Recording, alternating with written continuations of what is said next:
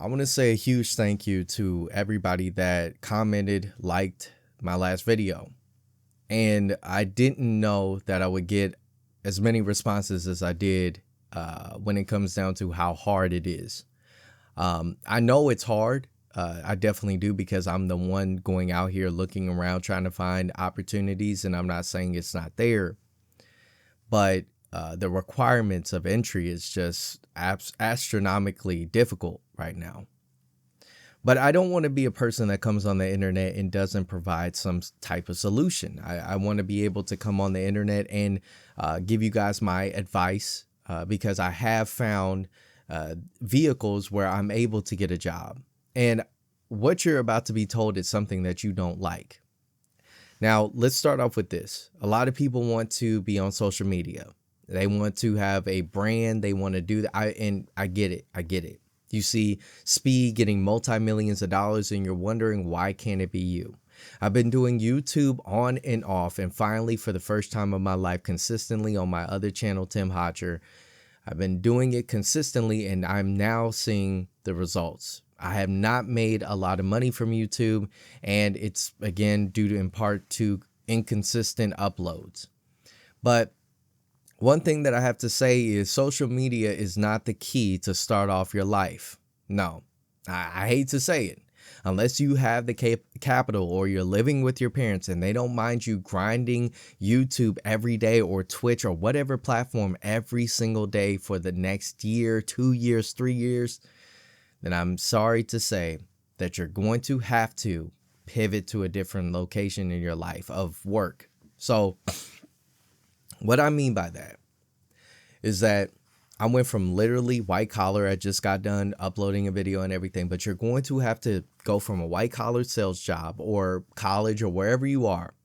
And as uncomfortable as it was just to go through college, you're going to have to pivot to a sector that is available in your area. That's number one. You're going to have to go ahead and take a job that you do not want to do. And trust me, once you start doing, like, for example, I went from sales and then I pivoted to blue collar. Blue collar has taught me that sales is completely easy, and sitting behind a computer, as monotonous and as boring as it is, it's nothing like putting your life on the line every single day that you step in a semi. So once you have that knowledge, as you guys can see, I'm not editing, I'm not cutting, I just go from the brain. It's because I have multiple amount of years, practice, time behind the camera where I feel like the audience is out there. So I present my thoughts to you.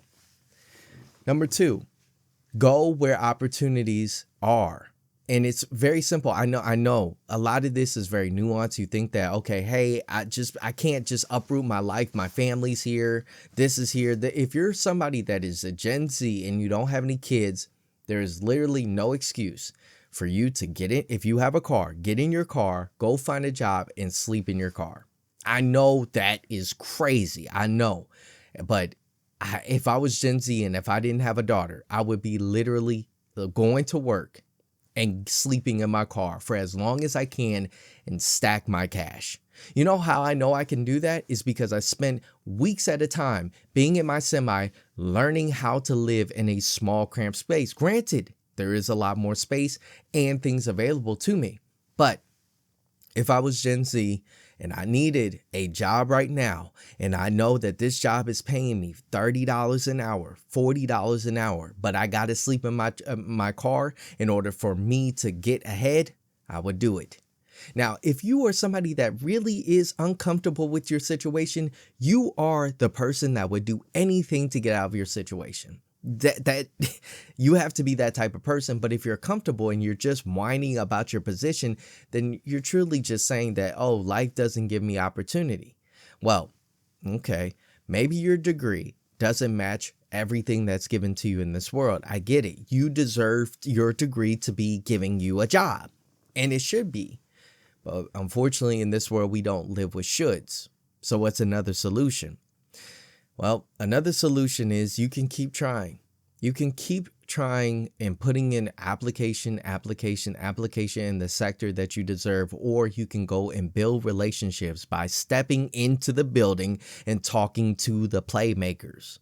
Go in, Talk to the playmakers that can give you the job that you want. That means that if somebody steps out that building and they work in your sector, that job that you want, you talk to them.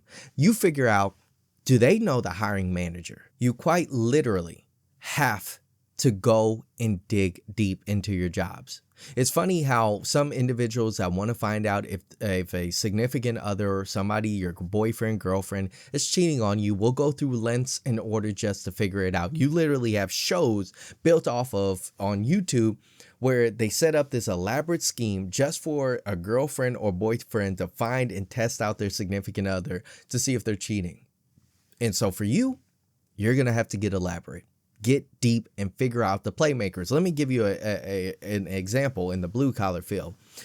There are certain sectors that, like, you want a job. Tanker is a highly, it's not a highly desired job, but it's a highly paid job. And if you can get in, you have the experience, you can really build a large salary or wage, a yearly wage. You can easily make over 6,000, excuse me, not 6,000, but six figures.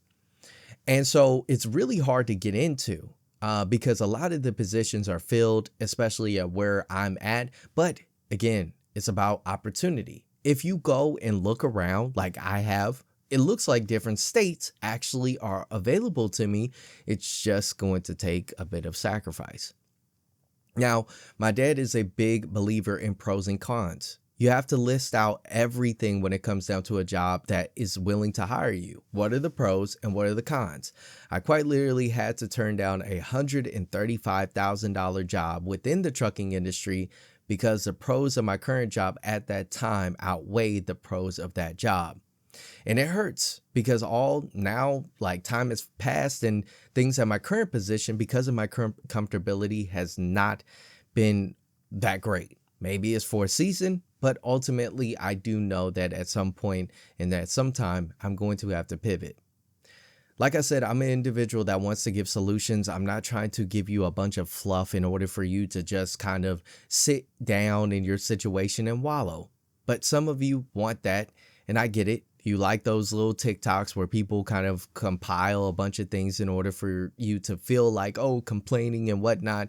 But if you're in dire straits and you need money, you would take the job at McDonald's. You would take the job at Arby's. You would take the job at Macy's. You would take the job that dang gunna does anything in order for you to get money in your pocket. But because of your ego, you don't want to do it. And I get it. I totally get it. Maybe you have high expenses that you cannot go to another job. I've been in that situation. So for those that are looking and figuring out like, okay, what can I do? Sometimes you're going to have to move, pivot into a different industry temporarily until you can find, the opportunity to present itself, and many other solutions that I've compiled in this video. And it really does suck that right now, in one comment had mentioned, we are in the Great Depression when it comes down to Gen Z. The job market is fluff. And back then you would have to go into the office in order to get an application where they told you, yes, the job was available. Now you have Indeed, you have ZipRecruiter, you have all of these online based things where you could send off 100 applications in one day and get no response. Now, I think that's quite silly. But this is a thing, just because you have the degree doesn't mean you have the skill. And that is what differentiates you from a lot of your competitors. Getting the skill, just like me, is like, hey, I want to become a hazmat tanker driver. I got the requirements, but I don't have the skill. I don't have the time behind it. And that is where we are today. You have many people that are sitting at Gen X and above that are holding on to these jobs tight for, what we don't know. Maybe retirement issues, maybe financial debt. It seems like a lot of people are in financial debt. They lack having $1,000 at least available to them liquid somewhere.